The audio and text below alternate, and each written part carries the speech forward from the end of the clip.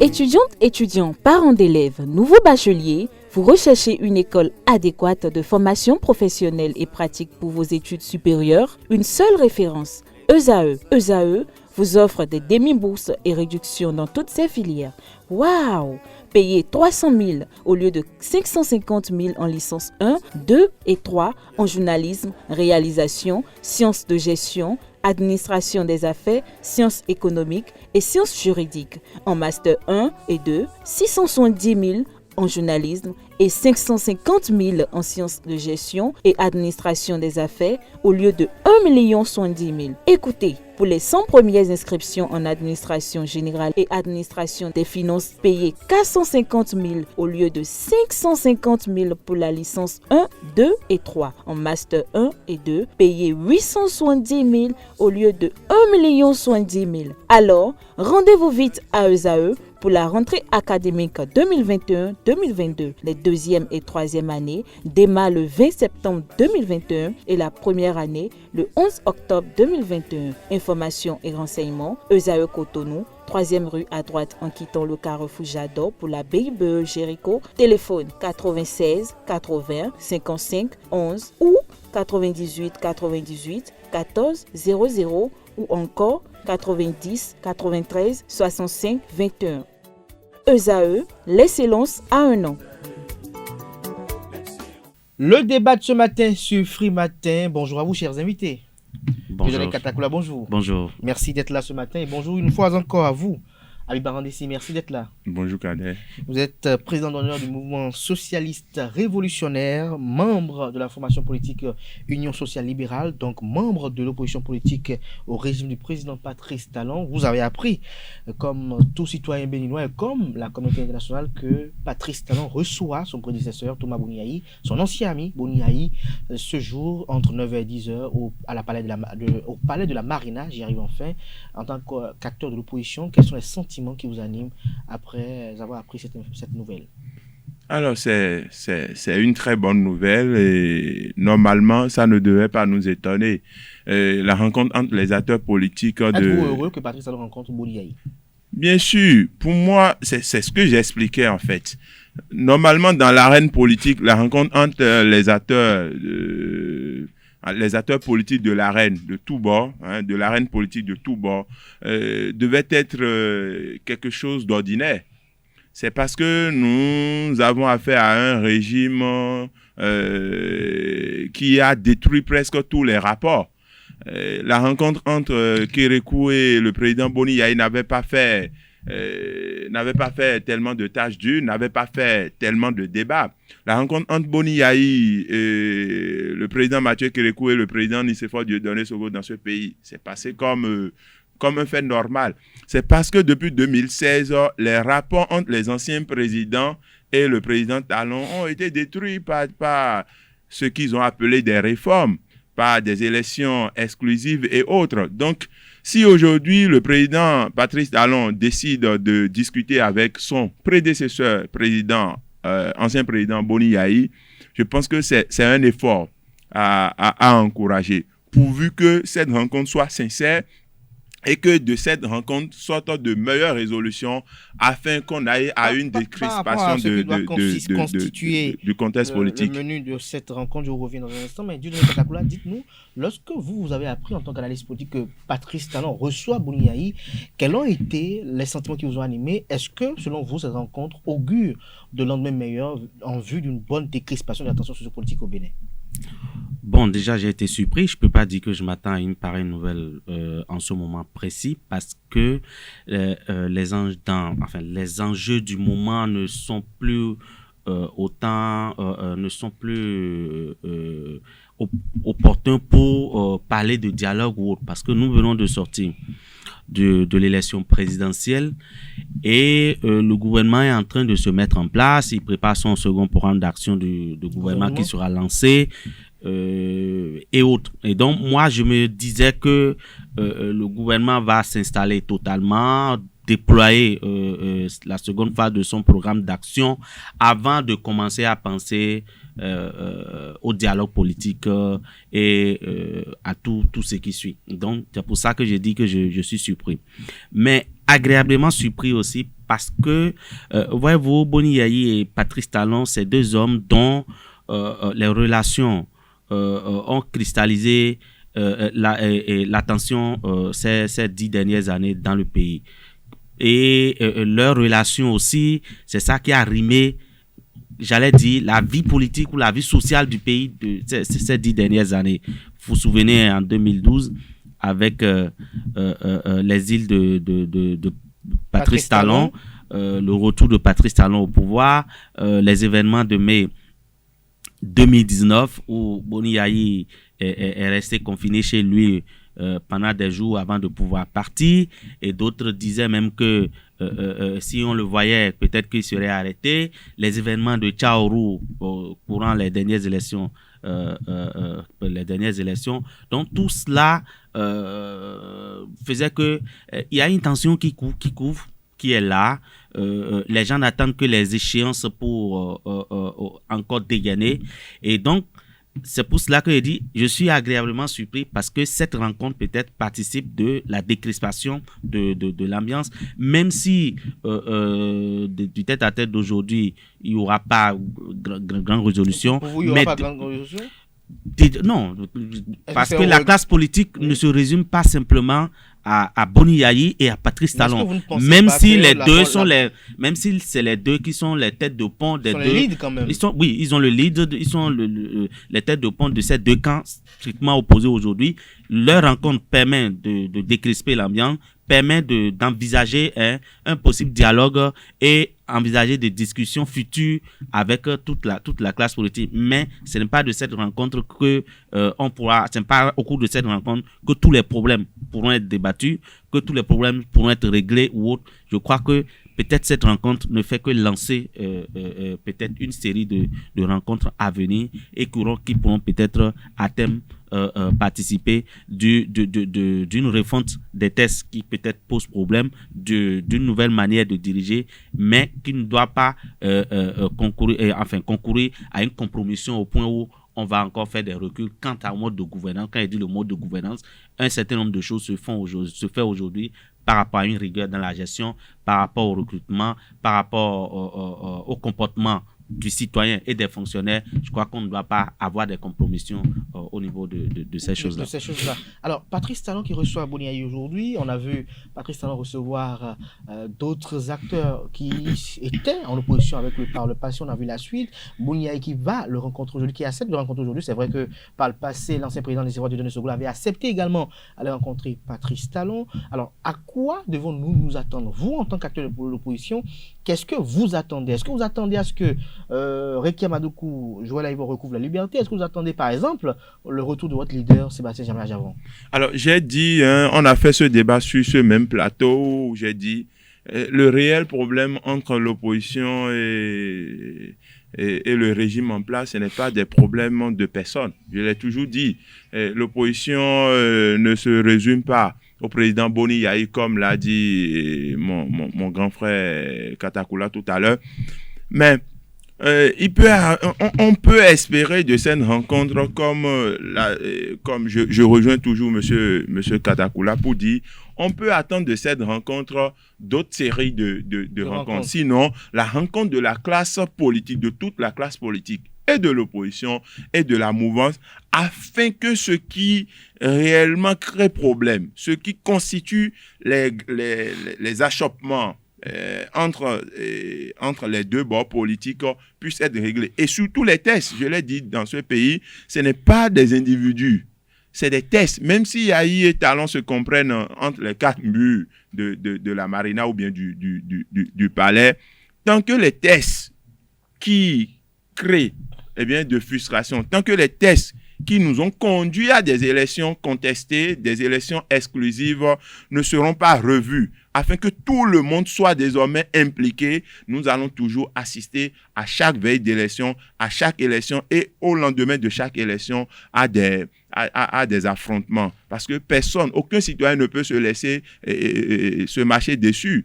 Si j'ai le droit de participer à une élection, je ne peux pas accepter qu'on mette dans les tests des éléments pour m'empêcher. Et là, je dois réagir. C'est mon plein droit de réagir.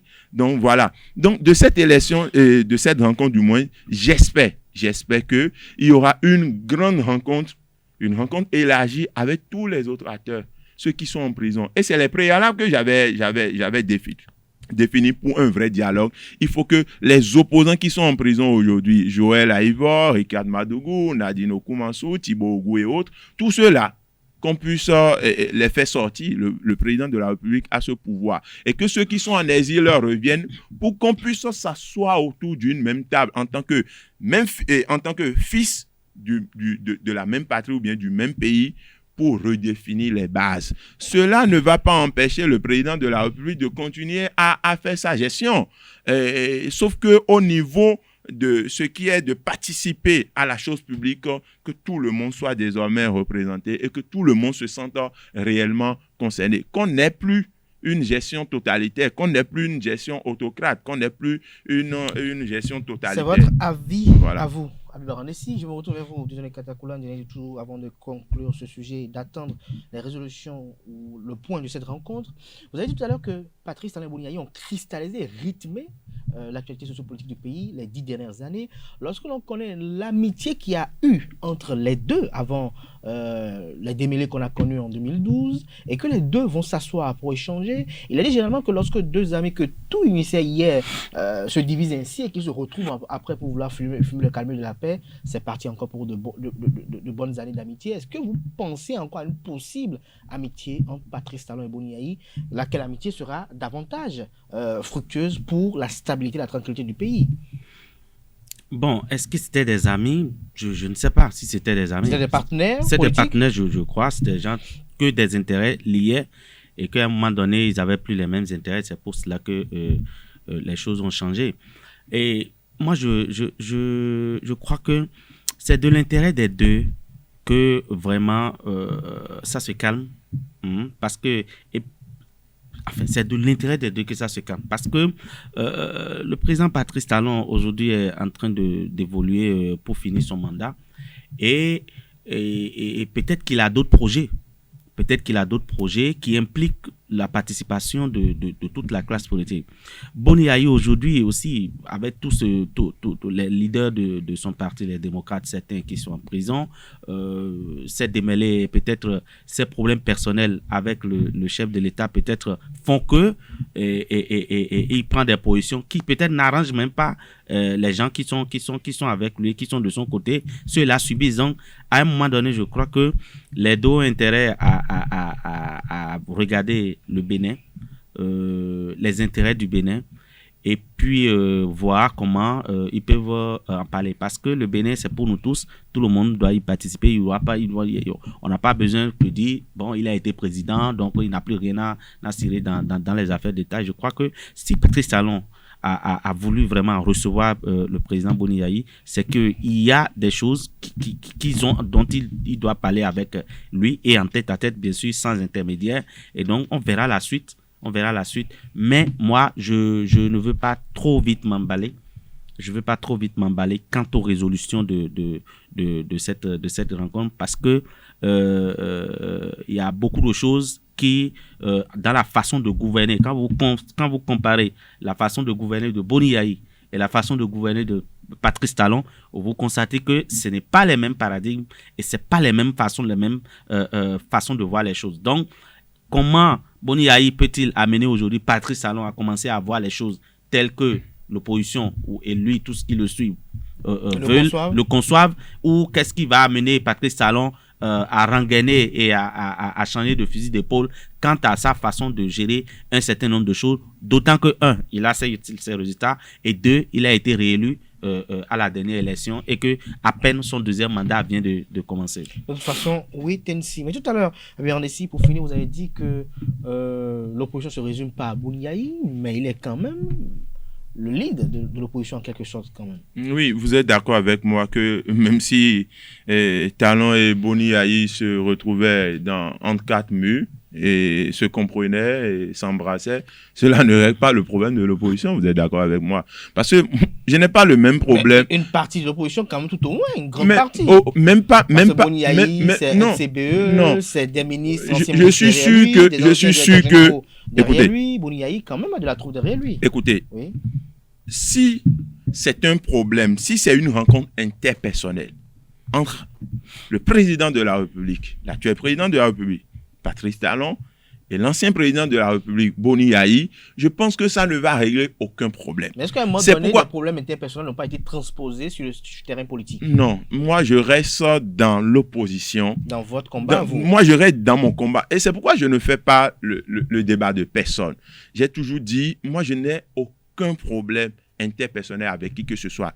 Et je prends le président Boni Yayi en tant qu'acteur de l'opposition comme quelqu'un qui ne fait pas un combat de personne contre le président Patrice Talon. Et quand je l'ai suivi plusieurs fois, et c'est d'ailleurs pourquoi je le prends comme allié de l'opposition, quand je l'ai suivi plusieurs fois, je pense que nous condamnons les mêmes faits, les tests. Nous condamnons les mêmes faits, les conditions pour aller aux élections. Donc c'est la même chose. Nous condamnons les mêmes faits. La gestion du pouvoir qui semble plus être autocratique, qui semble plus être exclusive. Merci à vous. Donc, si vous l'avez dit tout à l'heure, j'espère que au-delà de leurs problèmes, au-delà de leurs relations interpersonnelles, nous aurons au moins une rencontre avec toute la classe politique. Nous allons voir la suite, ce que ça va donner à la fin de cette rencontre.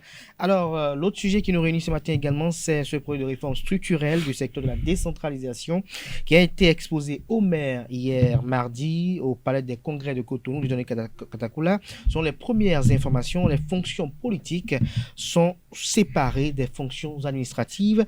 Les secrétaires généraux, appelés désormais secrétaires exécutifs, sont nommés par le maire dans un fichier national pour un mandat de 6 ans. Qu'est-ce que vous pensez quand même de façon générale de ces réformes-là qui ont été effectuées et qui ont été présentées aux 77 maires des communes en présence des 12 préfets, des 12 départements, j'allais dire, et du président de la République, voilà. Non, moi je crois que c'est une bonne chose parce que l'immobilisme n'est pas bien.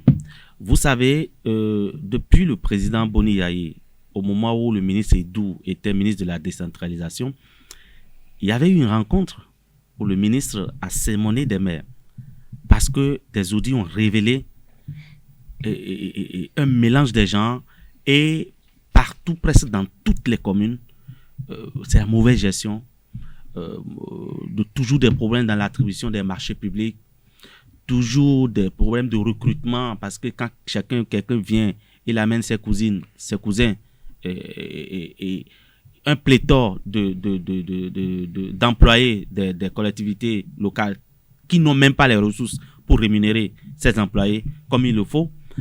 Et les dernières enquêtes ou les derniers audits ont révélé que si on doit agir vraiment là, je crois que 95% des maires qui sont en fonction et des maires qui ont été en fonction, que tous ceux-là se retrouveraient en prison.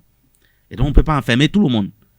Et donc pour ne pas enfermer tout le monde et que vous constatez que partout, et même quand on change les gens, c'est les mêmes problèmes qui s'opposent, ça veut dire qu'il y a un problème structurel. Il y a un problème de test, il y a un problème d'organisation du fonctionnement des collectivités territoriales. Et donc, le plus gros problème, c'est déjà de séparer, comme on le fait déjà au niveau des ministères sectoriels, les fonctions politiques des fonctions administratives ou des fonctions de gestion. Donc, aujourd'hui, qu'on donne plein pouvoir au secrétaire exécutif pour que le conseil communal et le maire ne soient que des organes de délibération, ne soient que des gens qui donnent des instructions et qui suivent. Et c'est déjà une bonne chose. Vous voyez, c'est des choses qui s'appliquent déjà dans d'autres structures. Prenez l'autorité de régulation des communications électroniques et postales. Vous avez les membres du conseil, mais après vous avez un secrétaire exécutif qui gère la maison, qui gère les projets, qui conduit les projets et donc qui est indépendant des autres. Et donc celui-là, lorsque dans la manipulation des deniers publics, dans les engagements qu'il prend, lorsque celui-là commet une erreur, il est plus facile de demander des comptes à un fonctionnaire qui a commis des déviances que d'aller demander des comptes à un maire qui est le responsable de l'exécutif.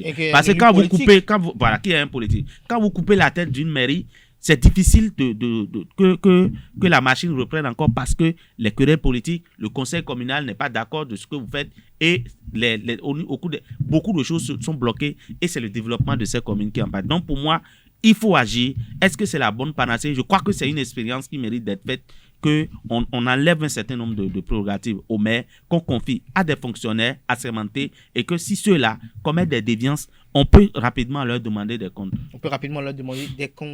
Alors, Dieudonné Katakoula a demandé est-ce que la réforme mérite d'être expérimentée. Il disait entre autres ceci, la réforme permettra également la mise en place de 3 organes de délibération de gestion communale, dont une technique, constituée du secrétaire exécutif de commune et de 2 politiques, à savoir le conseil communal et le conseil de supervision. Est-ce qu'avec cette reconfiguration, est-ce que vous pensez que nos mairies seront davantage plus performantes et efficientes dans le développement ou dans la tâche qui leur est assignée? Voilà. Alors, quand j'ai lu les réformes et j'ai suivi un peu la séance d'information entre le président de la République et les maires, je me suis dit, tiens, les maires servent désormais à quoi? Vous savez, c'est pas parce qu'il y a mauvaise gestion au niveau. Qu'est-ce que vous gêne par rapport au maire? Écoutez, c'est parce que le maire n'est plus l'ordonnateur du budget? Écoutez. Nous avons en face de nous un régime qui veut tout contrôler.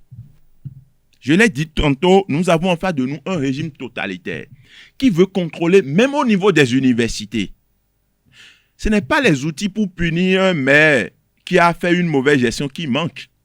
Ce n'est pas les outils pour réguler, pour régulariser la gestion d'une mairie qui font défaut. Pas du tout. Je trouve cette réforme inopportune. Et derrière cette réforme se cache une volonté manifeste de contrôler les mairies, surtout les finances des mairies. Est-ce que vous étiez en phase avec la façon dont nos mairies étaient gérées, avec tout ce que nous avons appris à la suite d'audits, des primes par-ci par-là, des bradats? Hier, par exemple, on a vu le verdict à la Criette au niveau de la fête 39 hectares. On voyait un peu comment les affaires domaniales étaient foison. Est-ce que, selon vous, la façon dont les mairies étaient gérées était bonne? Est-ce que, selon vous, le fait que dans un conseil communal, on a généralement un maire qui est conseiller élu comme les autres conseillers, mais qui se retrouve tout puissant que tout le monde, au point de narguer même ces autres conseillers qui sont élus tout comme lui, est-ce que cette façon de faire était la bonne, selon vous, était commode à vos convictions? Écoutez, je disais tantôt, les outils pour contrôler la gestion d'une mairie ne font pas défaut. Des tests existent. Et si on doit appliquer les tests, on n'a pas besoin, je trouve qu'on n'a pas besoin de nommer dans un fichier national. Regardez bien, lisez bien la réforme. Désormais, en réalité, le secrétaire exécutif est un représentant du pouvoir exécutif dans les mairies. Autrement dit, le maire ne sert plus à rien. C'est l'exécutif, c'est-à-dire le pouvoir, c'est-à-dire M. Patrice Talon, qui contrôle désormais. Mais écoutez.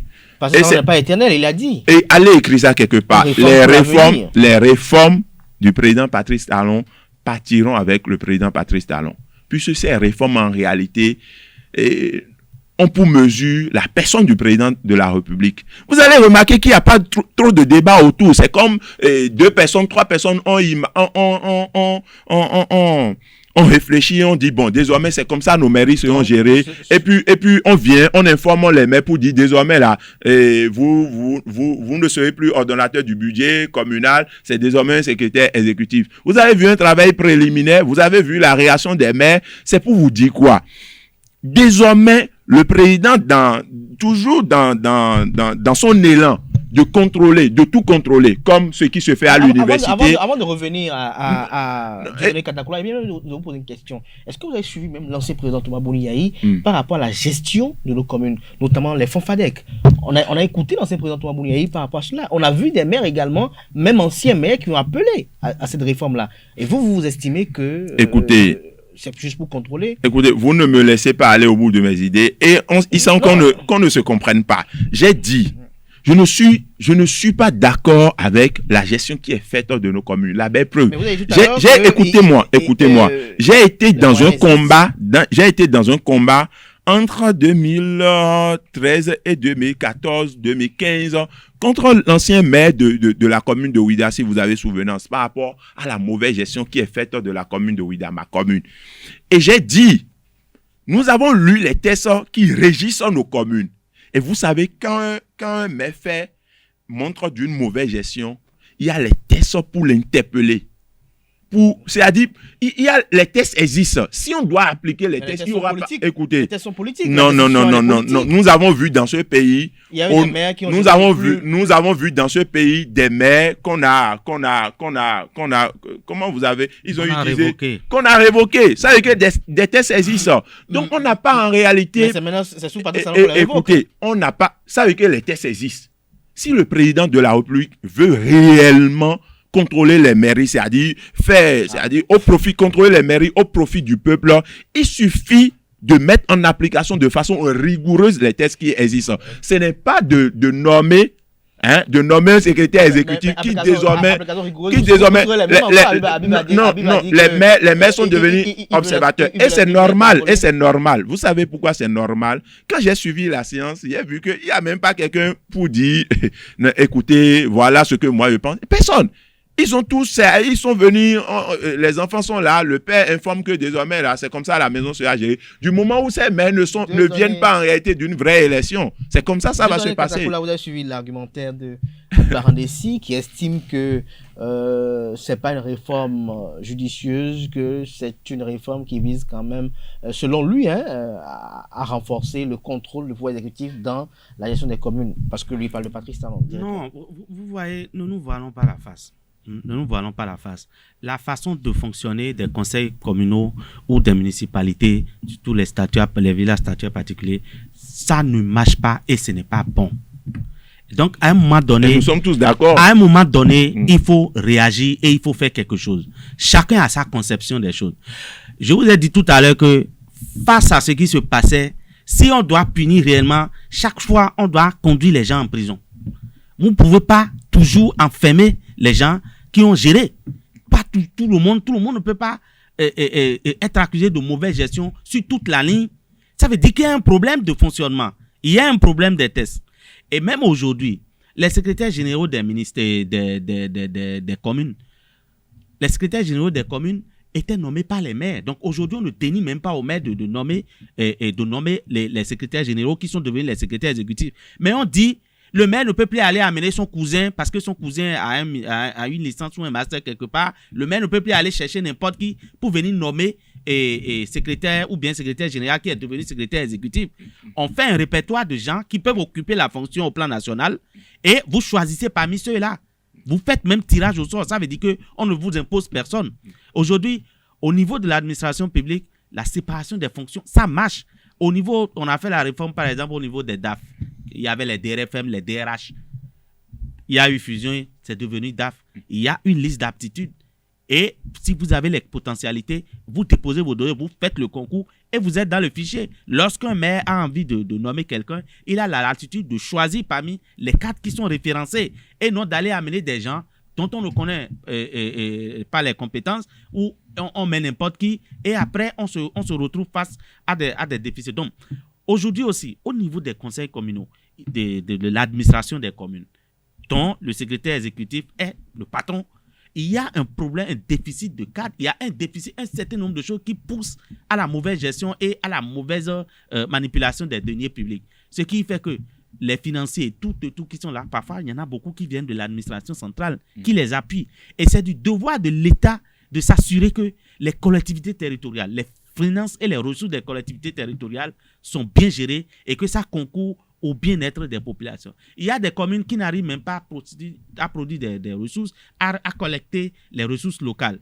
parce que simplement le maire ne veut pas être impopulaire, parce que le maire ne veut pas qu'on dise que c'est lui qui est devenu Zizou Takwe dans la commune. Et donc, on n'arrive pas à faire les recouvrements des ressources locales et on attend toujours la subvention de l'État pour fonctionner. Et même les fonds FADEC, lorsque c'est mis à disposition, les passations des marchés, on passe les marchés aux copains, on passe les marchés à des amis politiques, des groupes politiques, et après, on se retrouve avec des infrastructures inachevées et on constate les dégâts. Donc, je crois que si tous les hommes qui arrivent commettent les mêmes erreurs, ça veut dire qu'il n'y a plus un problème d'homme, c'est un problème de test. Il faut régler les problèmes de test pour observer et chaque fois il faut revoir, même si ce qui est fait aujourd'hui a l'épreuve. S'il y a un problème, il faut pouvoir changer et continuer. Parce que nous donnons les tests pour évoluer. Les tests, on ne doit pas être prisonnier des tests. Nous ne devons pas être prisonniers des tests. Si vous et nous, on s'est convenu de faire l'émission dans certaines conditions et qu'à un moment donné, on voit que ces conditions ne nous permettent plus d'être à 100% productifs, on s'assoit et on revoit la façon de faire. Et donc, même au plus haut niveau de l'État aussi, c'est de cette façon qu'on doit voir les choses. Merci à vous, Dieudonné Kadakoula. Merci également à vous, Habib Arandessi. Le temps qui nous est imparti est arrivé à échéance. Je sais que Habib aurait bien voulu quand même placer un mot. Merci à vous. Nous allons nous retrouver incessamment, Habib Arandessi. Merci à vous, chers invités. Et merci à vous également, chers internautes.